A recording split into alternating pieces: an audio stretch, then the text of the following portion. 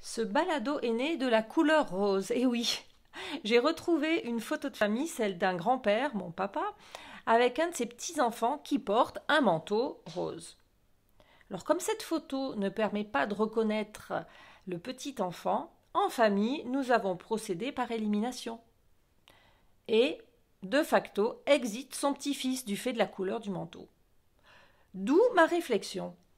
Certaines couleurs, certains comportements, comme certaines professions, restent encore très genrés. Est-ce que vous l'aviez noté? Et comment continuer à faire bouger les lignes? Eh bien, c'est ce que je vous propose de découvrir dans mon nouveau balado qui s'intitule Offrir l'arc-en-ciel à chaque enfant. Bienvenue sur Montessori Kids, la chaîne que j'ai créée pour vous faire partager des outils de l'éducation positive issus directement ou indirectement de la psychopédagogie de Maria Montessori. Et puis si vous me suivez, vous savez que j'ai aussi à cœur de vous faire connaître les précieux outils sur l'intelligence émotionnelle. Alors, je vais vous parler d'un psychiatre et psychanalyste qui s'appelle Alain Braconnier.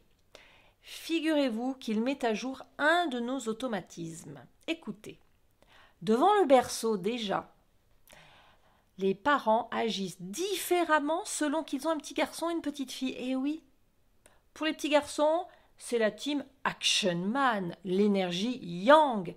Et donc le ton est différent, l'état d'esprit étant plutôt sois fort, gros biceps, ne pleure pas, vous voyez le genre. Pour les petites filles, en revanche, c'est la team princesse, c'est l'énergie yin, la fragilité et la douceur qui prévalent. Réputées plus sensibles, on verra ce qu'il en est plus tard, les parents adaptent leur ton à leur petite fille et ont une tolérance plus grande aux pleurs de leur princesse. Et oui. Dans le disque dur de notre cerveau, les croyances limitantes liées au genre sont bien gravées. Bonjour les automatismes.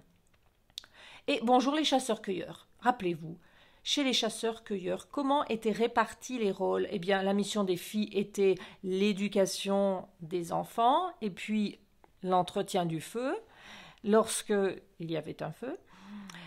Et la mission des garçons, beaucoup plus valorisée en plus, était de partir chasser et conquérir de nouveaux territoires. Alors, comment se libérer de nos automatismes? Déjà, le premier pas, c'est la prise de conscience, donc merci à Alain Braconnier.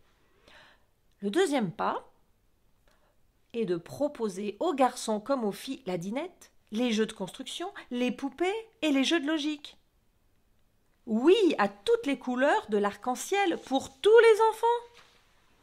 Et là, j'ai un petit message au team marketing. Mesdames et messieurs, sur toutes les boîtes de jeux, mettez la photo d'une petite fille et d'un petit garçon. Cela va inciter certains parents ou grands-parents à se dire pourquoi pas.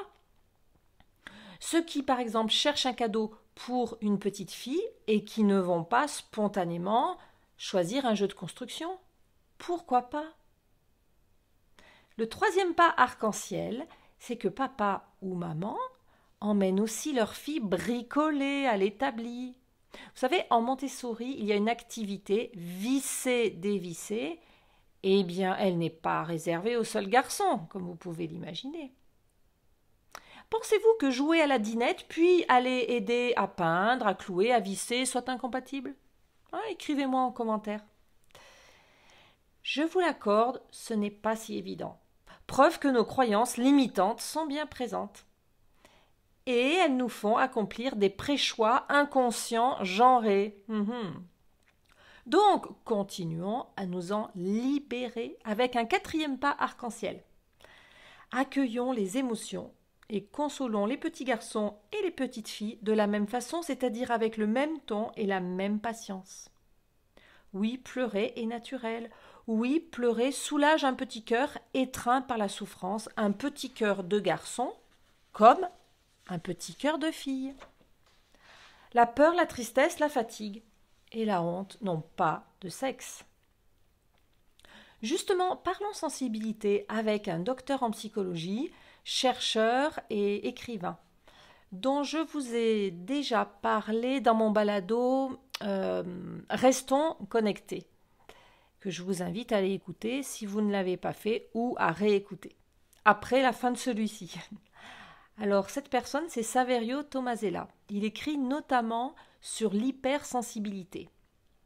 Alors déjà, il nous rappelle que tous les enfants jusqu'à 7 ans sont très, très, très sensibles. Et perso, je peux vous dire qu'en plus de 20 ans auprès des très jeunes enfants, jamais je n'ai observé que la sensibilité était l'apanage des filles. Ensuite, côté adulte, il nous apprend que parmi les personnes hypersensibles, il y a autant de femmes que d'hommes. Et oui, les clichés explosent.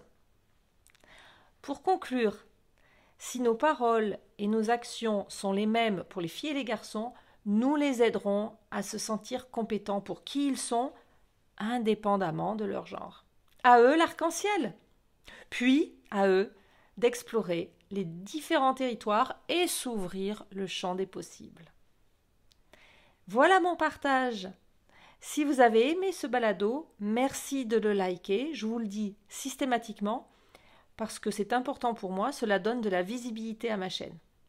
N'hésitez pas aussi à le faire partager, et puis abonnez-vous si ce n'est pas déjà fait. Je vous remercie beaucoup pour votre écoute, et je vous dis à très bientôt pour de nouvelles aventures éducatives.